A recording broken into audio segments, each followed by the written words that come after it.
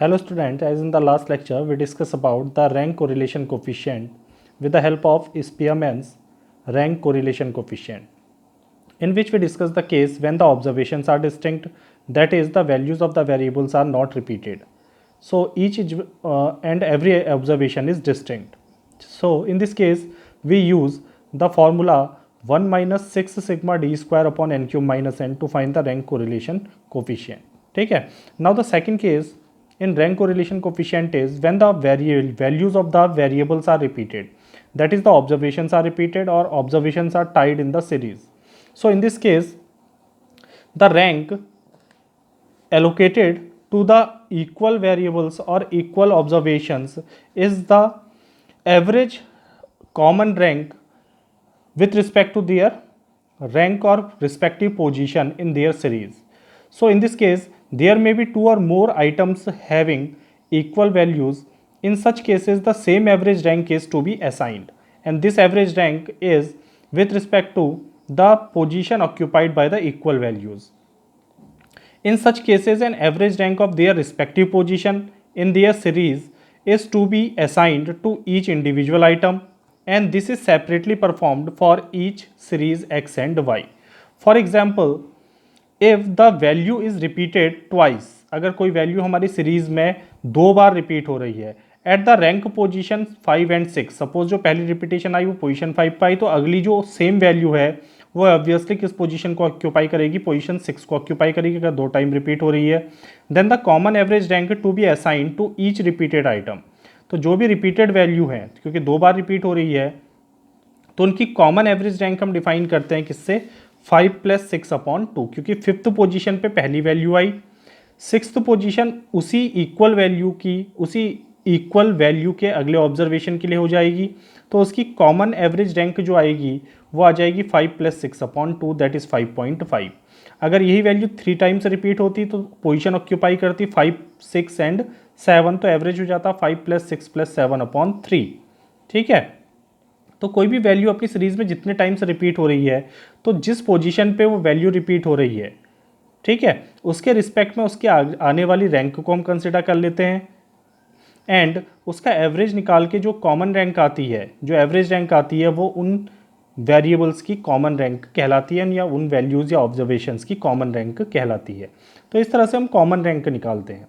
लेकिन common rank के साथ साथ जो हमारा स्पेयरमैन्स रैंक कोरिलेशन कोफिशिएंट का फॉर्मूला है, उस फॉर्मूले में भी हम थोड़ा सा एडजस्टमेंट या मॉडिफिकेशन करते हैं. ठीक है. मॉडिफिकेशन करने के लिए जो हमारा फॉर्मूला था, हमने फॉर्मूला यूज़ किया था R is equal to 1 minus 6 sigma D square upon N cube minus N. तो फॉर्मूले में एडजस्टमेंट क्या होता है, जो हमारा ये सिग्मा डी स्क्वायर टर्म है, इस सिग्मा डी स्क्वायर टर्म में हम एक फैक्टर ऐड करते हैं जिसको कॉमन फैक्टर कहते हैं या करेक्शन फैक्टर हम कहते हैं, and this correction factor is added for each group of repeated value. जो भी हमारी वैल्यूज़ रिपीट हो रही हैं उनके जितने भी ग्रुप हैं, हर ग्रुप के लिए दोनों सीरीज़ में मिलाकर जितने भी ग्रुप हैं, हर ग्रुप के लिए हम एक यहाँ पर करेक्शन फैक्टर ऐड करते हैं. वो करेक्शन फैक्टर क्या होता है, नेक्स्ट उसमें देखते हैं. So when equal ranks are assign to some entries, अगर कुछ एंट्रीज को हम इक्वल रैंक असाइन कर रहे हैं, यानी कॉमन रैंक असाइन कर रहे हैं एवरेज निकालकर, then an adjustment is to be made in the formula of rank correlation. तो रैंक कोरिलेशन कोफिशिएंट के फॉर्मूले में, यानी जो फॉर्मूला हमारा क्या था, 1 minus 6 sigma D square upon N cube minus N, इसमें हम करेक्शन करते हैं. ठीक है. And the correction is that is the rank are tied. If the rank are tied, अगर रैंक के बीच में टाई हो रही है, एवरेज रैंक हमको असाइन करनी पड़ रही है, then a correction factor 1/12 into M cube minus M is added to summation D square in the formula 1 minus 6 sigma D square upon N cube minus N for each repeated group. हर एक repeated group के लिए इस फॉर्मूले में sigma या summation D square में हम कितना फैक्टर ऐड करते हैं, 1/12 into M cube minus M, इसको ऐड करते हुए जाते हैं हर एक रिपीटेड ग्रुप के लिए. And the rank correlation formula becomes, अब जो हमारा फॉर्मूला बन जाएगा वो फॉर्मूला बन जाएगा रिपीटेड वैल्यू के लिए R is equal to 1 minus 6 sigma D square plus 1/12 M cube minus M plus 1/12 M cube minus M plus N so on upon N cube minus N. ठीक है। तो इस फॉर्मूले की हेल्प से हम रिपीटेड वैल्यूज़ के लिए जहाँ पर रैंक टाई हो रही है रैंक कोरिलेशन कोफिशिएंट फाइंड कर सकते हैं। ठीक है। तो करना क्या है, हमने पहले एवरेज रैंक निकालनी है उसके रिस्पेक्टिव पोजीशन के रिस्पेक्ट में जो भी वैल्यूज़ आपकी रिपीट हो रही हैं। ठीक है। जब एवरेज रैंक निकल जाएगी तो उसके बाद एवरेज रैंक के लिए इस फॉर्मूले को यूज़ करना है। ठीक है। Now R is equal to 1 - 6 sigma D square plus 1/12 into M cube minus M plus 1/12 into M cube minus M. जितने टाइम्स कोई भी वैल्यू रिपीट हो रही है यानी रिपीटेड वैल्यूज़ के जितने ग्रुप बन रहे हैं उतने टाइम्स हम क्या करेंगे, फैक्टर ऐड करेंगे। ठीक है। अगर एक वैल्यू एक सीरीज में रिपीट हो रही है तो एक बार ऐड होगा, दो बार रिपीट कोई वैल्यूज़ दो अलग अलग वैल्यूज़ अगर रिपीट हो रही हैं तो दो बार ऐड करेंगे, तीन वैल्यूज़ रिपीट हो रही है तो तीन बार ऐड करेंगे। इस तरह से हम इनको ऐड करते हैं। Where M is number of items whose rank are common. जहाँ पर एम क्या होता है, अपने ग्रुप में वो नंबर कितने बार रिपीट हो रहा है। ठीक है, कितने टाइम्स वो नंबर रिपीट हो रहा है वो एम की वैल्यू होती है। जैसे हमारी जो एग्जाम्पल था उस एग्जाम्पल में अगर हम m कंसीडर करें देन m बिकम्स 2, तो m कितना होना चाहिए वहाँ पर 2, क्योंकि कोई वैल्यू हमारी दो बार रिपीट हो रही है हमने यहाँ पर लिया था। अब वैल्यू रिपीट ट्वाइस हमने यहाँ पर कंसीडर किया था। If the value is repeated twice, अगर कोई वैल्यू दो बार रिपीट हो रही है रैंक पोजीशन 5 और 6 पे, then the average rank is 5.5, तो उसके लिए जो हमारा फैक्टर बनेगा उसमें m की वैल्यू कितनी होगी 2, क्योंकि वो वैल्यू दो बार रिपीट हो रही है। ठीक है। अब इसके बाद जो नेक्स्ट वैल्यू आएगी रिपीटेशन के बाद एक चीज़ और होती है, जो नेक्स्ट वैल्यू आएगी वो वैल्यू किस रैंक पे आएगी, क्योंकि 5 और 6 पोजीशन हमने एक्यूपाई कर ली, उसके एवरेज निकाल लिया, तो अगली वैल्यू किस पे आएगी, अगली रैंक आएगी 7 पे। ठीक है। इस तरह से हम रैंक भी असाइन करेंगे। तो m का मतलब यहाँ पर क्या है, number of times the value whose ranks are average, जिसमें हमने एवरेज रैंक असाइन की है वो यानी कॉमन रैंक असाइन की है, वो नंबर अपने ग्रुप में कितने टाइम्स रिपीट हो रहा है। ठीक है। अब इसकी एक न्यूमेरिकल प्रॉब्लम कंसीडर करते हैं।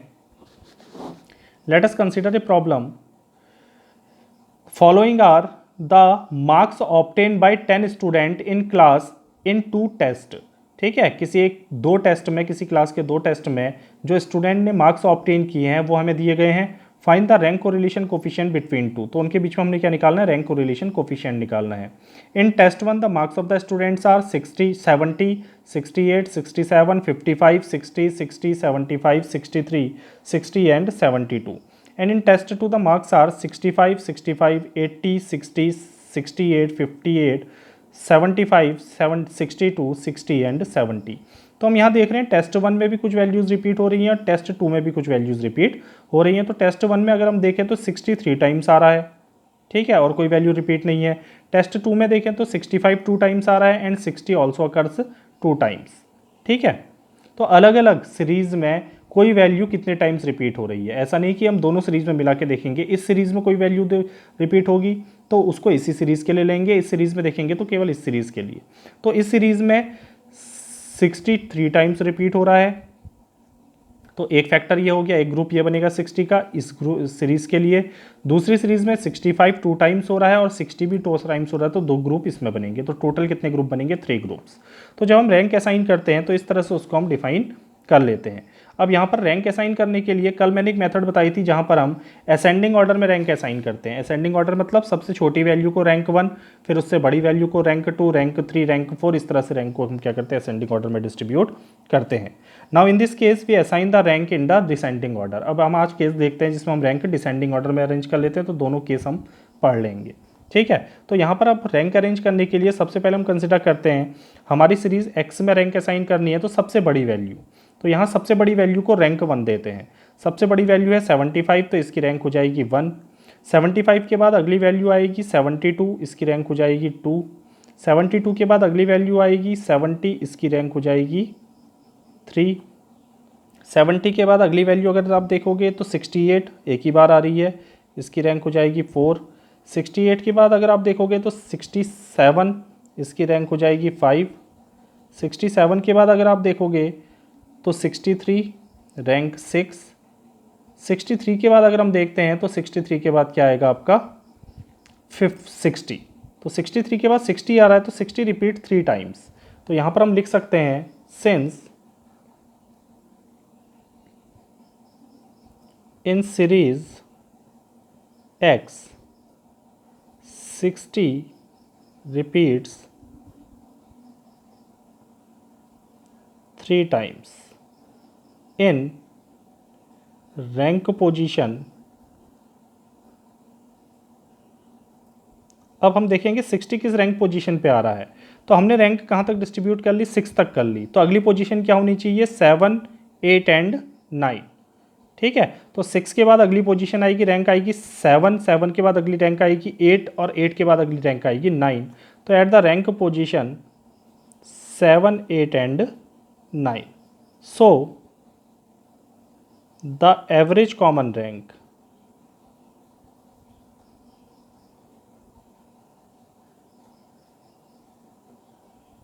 ऑफ 60। तो 60 की अगर एवरेज कॉमन रैंक निकालेंगे तो 7 + 8 + 9/3 इन 3 पोजीशन को ऑक्यूपाई कर रहा है।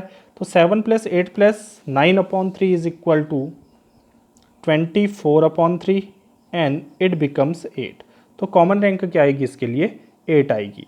तो कॉमन रैंक अगर 8 है तो अब अगर मुझे ये फाइंड करना है कि इसके लिए m की वैल्यू फॉर्मूले में क्या होगी, तो हम देख रहे हैं 60 अपने ग्रुप में कितने टाइम्स आ रहा है, 1 2 3 times, and the value of m,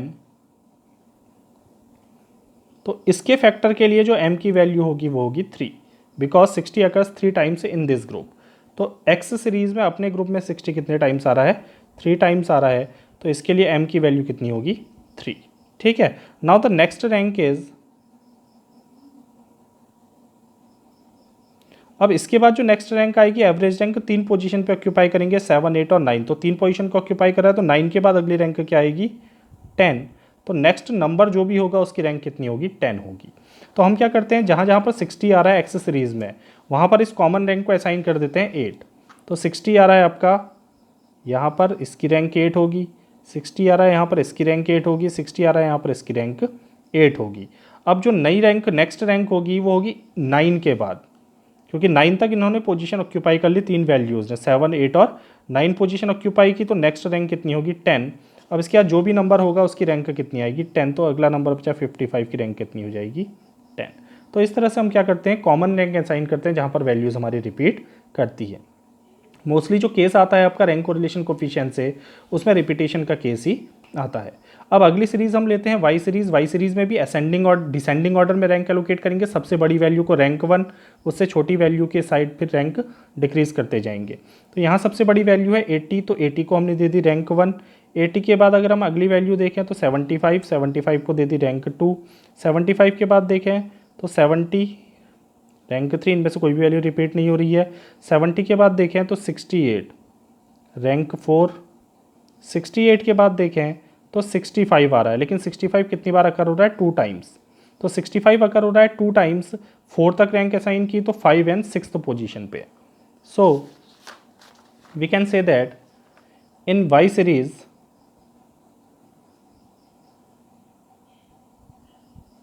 (65) occurs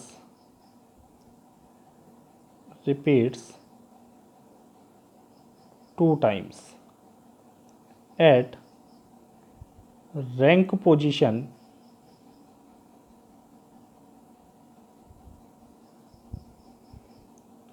5 and 6.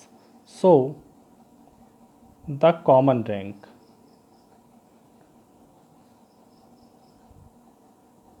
the common average rank. So the common average rank is 5 plus common average rank of 65 is 5 plus 6/2, that is 11/2 और it is equal to 5.5। तो इनकी common rank हो जाएगी 5.5। अब इसके लिए अगर m की वैल्यू देखें, then the value of m, value of m, तो इस ग्रुप में 65 2 टाइम्स रिपीट हो रहा है, तो फैक्टर में जो m की वैल्यू होगी फॉर्मूले में, इसके लिए कितनी होगी, 2। ठीक है, now the next rank is 7। अब नेक्स्ट रैंक क्या आएगी, 7। तो जो भी अगला नंबर आएगा उसकी रैंक 7 होगी, और 65 को हम रैंक असाइन करेंगे 5.5। तो यहाँ पर हम 65 को रैंक असाइन कर देते हैं 5.5 एंड 5.5। अब 65 के बाद अगला जो नंबर आएगा वो आ रहा है 60, तो हम 62। ठीक है, कितना आ रहा है, 62। तो 4 के बाद 5 और 6 पोजीशन ऑक्यूपाई हो गई, तो अब पोजीशन आई आपकी 7। ठीक है, कौन सी पोजीशन आई? 7। ठीक है, 7 पोजीशन के बाद 8th पोजीशन पे रैंक जो यानी 8 रैंक जो आएगी वो 60 की आनी चाहिए, लेकिन 60 कितने टाइम्स रिपीट हो रहा है? 2 टाइम्स, यानी ये ऑक्यूपाई कर रहा है 2 पोजीशन को, जिसमें पोजीशन आएगी आपकी 8 एंड 9। तो इन वाई सीरीज 60 रिपीट्स 2 टाइम्स। फिर से हम यहाँ पर कर लेते हैं, इन Y series 60 repeats 2 times at rank position 8 and 9. So the common rank, तो इनकी कॉमन रैंक हो जाएगी of 60 is equal to 8 plus 9 upon 2, then it is equal to 17 upon 2 and 17 upon 2 is 8.5।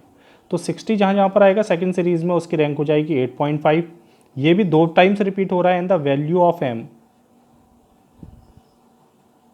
Is equal to 2। इसके लिए भी m की value कितनी होगी? 2। और जो नेक्स्ट नंबर आएगा 60 के बाद, उस नंबर की रैंक हो जाएगी 9 के बाद अगली रैंक हो जाएगी 10, क्योंकि 9 तक की रैंक इसने ऑक्यूपाई कर ली। तो हम 60 को रैंक असाइन कर देते हैं 8.5 और उसके अगले नंबर को रैंक असाइन कर देंगे 10। तो 60 2 टाइम्स आ रहा है इसमें, तो 2 टाइम्स यहाँ पर आ जाएगा 8.5, यहाँ पर भी आ जाएगा 8.5 और अगली रैंक आ जाएगी 58 की 10।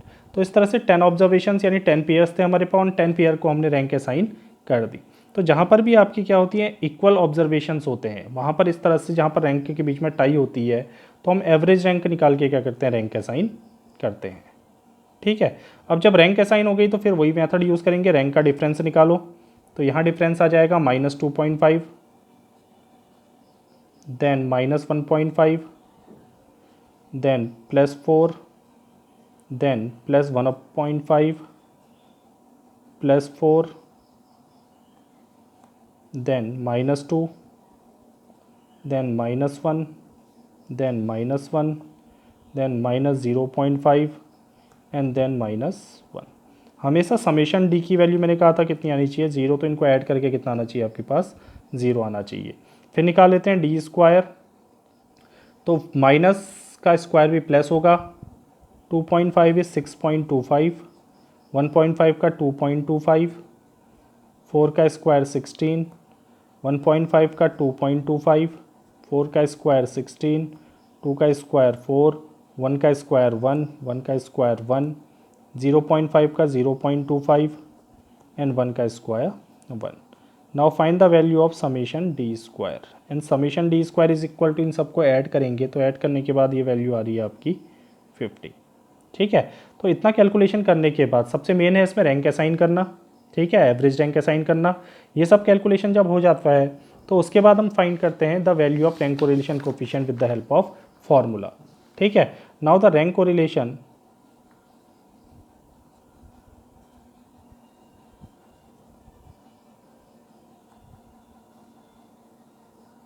कोफिशिएंट, तो रैंक कोरिलेशन कोफिशिएंट हो जाएगा आपका, formula is R is equal to, अब हमने ये देखना है कि कितने टाइम कितने ग्रुप हमारे बन रहे हैं रिपीटेड वैल्यूज़ के। एक्स सीरीज में एक ग्रुप बन रहा है, वाई सीरीज में 2 ग्रुप बन रहे हैं, तो टोटल 3 ग्रुप बन रहे हैं।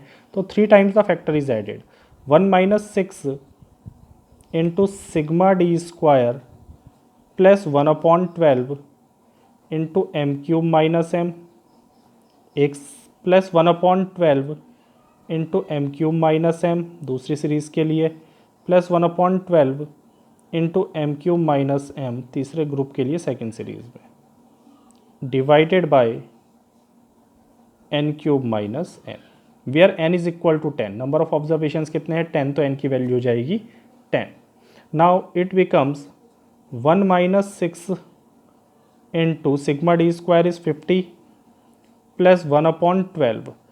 फर्स्ट एक्स सीरीज में जो ग्रुप बन रहा था 60 का, उसमें 60 3 टाइम्स रिपीट हो रहा था, तो m की वैल्यू उसके लिए थी 3 का क्यूब -3 प्लस 1/12।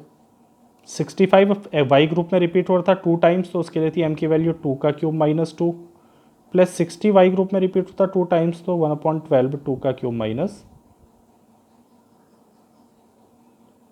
2 का क्यूब माइनस 2। तो इस तरह से वैल्यू पुट करेंगे, डिवाइडेड बाय 10 का cube minus 10, and now it becomes 1 minus 6 into 50 plus 1/12 common ले लो, सब में है 3 फैक्टर्स में, ये हो जाएगा 27 minus 3 plus 8 minus 2 plus 8 minus 2 divided by 10 का क्यूब हो गया 1000 माइनस 10। ठीक है, now the value becomes r is equal to 1 minus 6 into 50 plus 1/12 into 27 minus 3 था, तो ये हो जाएगा 24 plus 6 plus 6 divided by 990। So it becomes 1 minus 6 into 50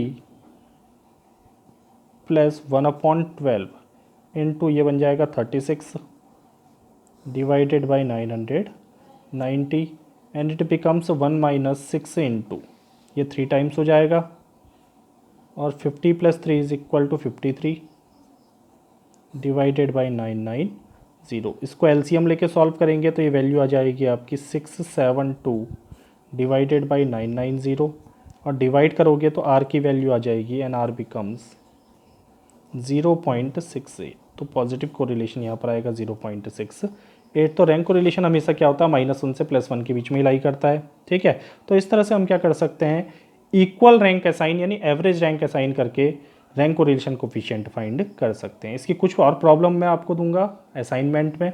ठीक है, तो उन प्रॉब्लम को आप सॉल्व करिएगा। तो मोस्टली जो आपके क्वेश्चन पेपर में रैंक कोरिलेशन कोफिशिएंट से क्वेश्चन आता है वो रिपीटेड रैंक का ही आता है।